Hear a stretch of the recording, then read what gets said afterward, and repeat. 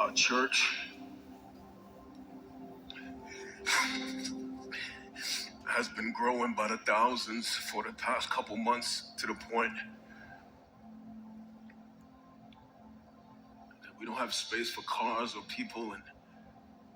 And for us, I think we recognize that Christ is gathering a people to himself because time is running out.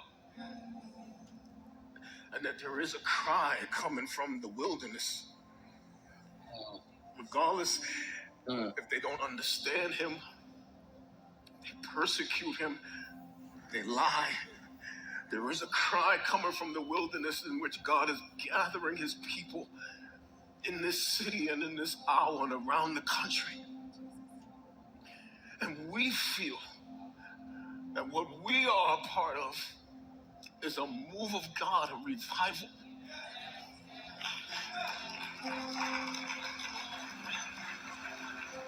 But there are powerful forces who are not followers of Christ. And they do not feel what we feel. That's the guy who acting. Not believe in what we It's believe his. He uploaded. And they are working overtime to shut down these gatherings. They are here today.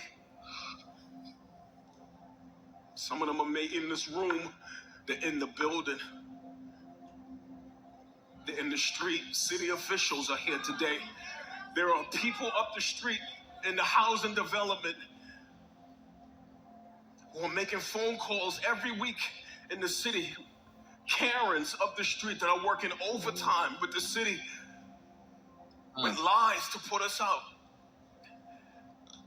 And just this week, they try to give us 60 days to leave this building. We had to fight them off because we had no place to go. And they don't understand that Jesus is doing something and they don't care. And they're here today and they're everywhere on this building. They're in the campus. Some of them are sitting in the room. They're in the parking lot. They're outside. And I don't know no other way forward. As we stand on the seashore, there is an army behind us from Pharaoh, which we cannot go back. He's third. Yes.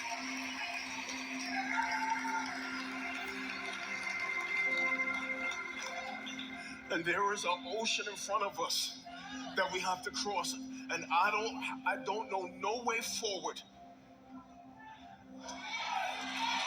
but prayer. Now listen to me. If we don't come back to them with a plan, in 30 days, we will not have a place to meet. We have contacted every venue. And that's why I want to stop, you guys. Because I never seen this man before, and I'm gonna say this. I do feel like this is a real man of God. I don't feel like he's a fake. But I don't think this is the devil that's doing this. And now you have a lot of church people. This is kind of why I'm glad I'm not a Christian, and I'm gonna tell you why. It's because I'm able to think and use some kind of logic too, and it's not always about religion and being full of the Holy Ghost and all of that stuff. Sometimes you have to use logic. So I played this because I wanted to just talk about it. I never heard this guy before. His name is Philip Anthony Mitchell. Now this guy's channel, I never heard of him before. I just happened to see it because at first I saw it from this YouTube page called Henry and Monique, and they talked about it. But then I clicked on this guy's because I saw the thumbnail, and this guy has a longer version of this speech from Philip Anthony Mitchell.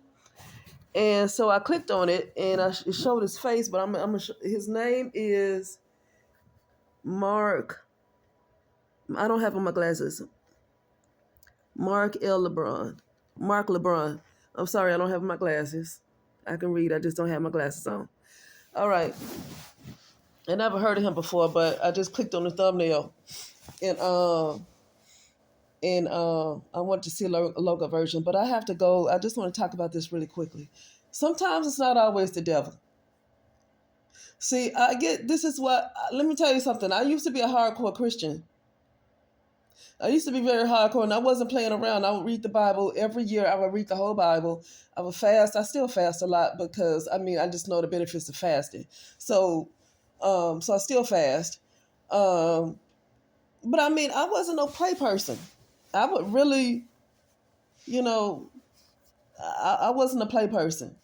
But the thing I don't like about sometimes really being a Christian is that sometimes you don't what do you call it?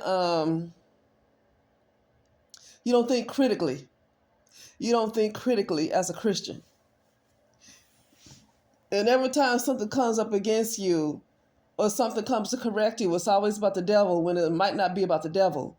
And for me, this is the benefit of not being a Christian, that I'm able to see that this is not about the devil. So what he said earlier is that his church is growing. Let me go back. He said his church is growing. And they don't have enough, about the thousands. Let me see. Did he say every month? Let me see. Stand him. Hold on. They persecute him. They lie. There is a cry coming from the wilderness in which God is gathering his people. Hold on a second. People and for us. Okay, here we go. You want to hear him say it. Has been growing by the thousands for the past couple months. Our church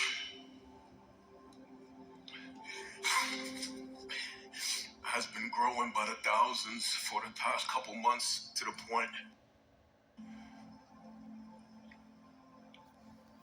that we don't have space for cars or people and for us. Okay, his church has been growing by the thousands for the past couple of months to the point where he doesn't have space for all of the cars. So guess what those cars are? They're probably blocking people's driveways. I would be a little upset if I had to stay in that neighborhood.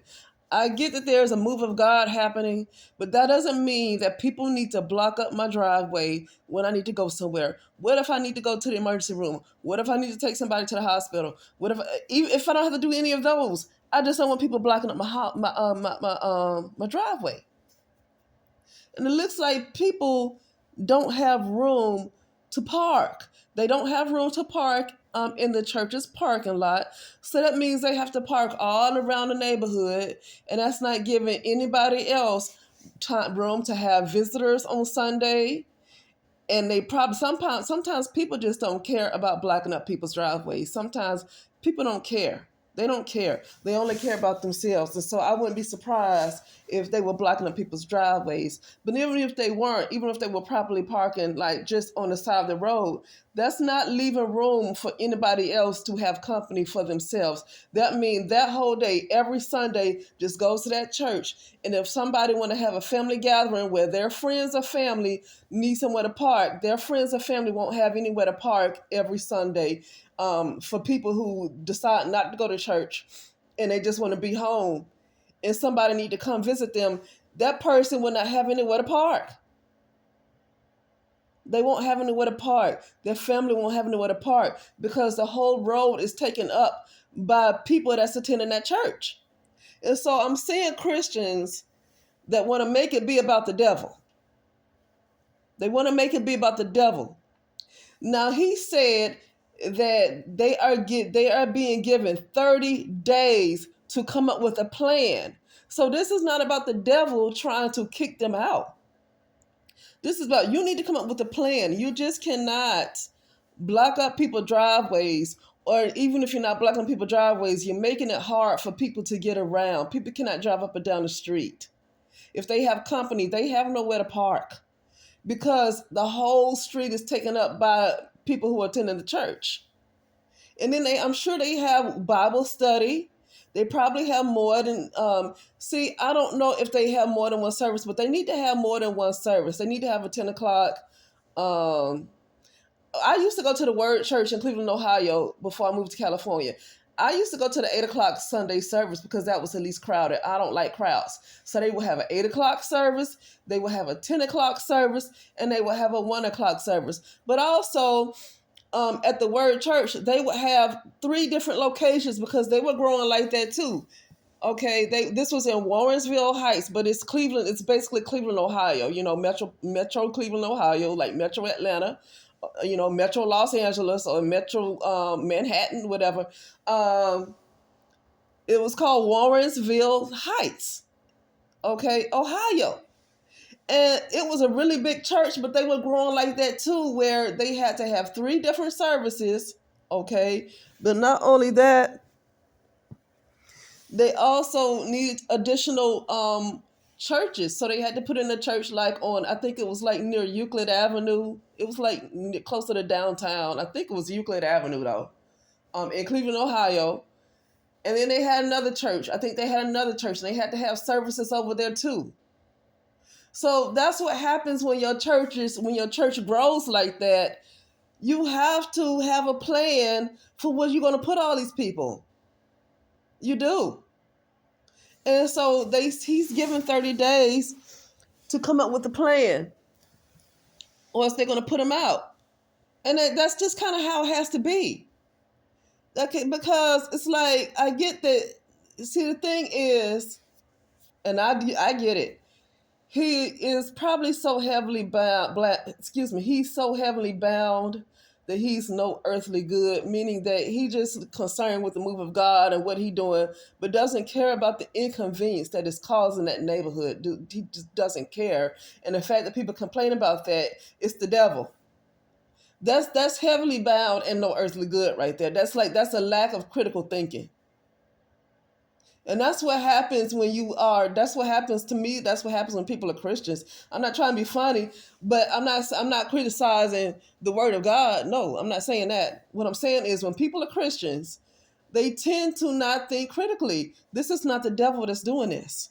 You can't possibly think that God would have you inconvenience a neighborhood like that. You can't think that God is that disorganized that God would have you completely inconvenience an entire neighborhood like that. God is organized. So I don't think this is the devil. This is God telling him that he is growing and he needs probably to get another building in different neighborhoods where people can be closer to their homes. They don't have to crowd up that church like that. I don't think that is the devil at all. I think that's God having him. I think that's God having him to come up with something, because he's expanding. God is allowing him to grow. God is allowing him to grow. That means that he can't do the same thing that he has been doing. He has to do something different, and he has a team behind him where he doesn't have to come up with the ideas all by himself. Hopefully he gets the money that he gets that he can purchase another building. But the way church people are, and I'm not trying to be funny, I think this man is authentic. He's not like, what you would call Creflo Dollar asking people to get him a private jet. He's not doing that. I believe this man is genuine, and it looks like this church have no problem with sowing some money for this man to get another building. I don't think the church will have a problem with that. I really don't. The way they look, the way they are willing to stand in line all morning just to be able to get in that church, I don't think they mind donating money in order for him to have a extra, not a different location, but an extra location. Well, it doesn't have to be crowded like that up in that neighborhood every doggone weekend, or probably on Wednesdays too, or whenever they have Bible study. Okay? But I gotta go. That's all I want to talk about really quickly. I didn't think I was going to get online and do anything, but I just felt like talking about this. And you guys can just share your thoughts, and I will talk later.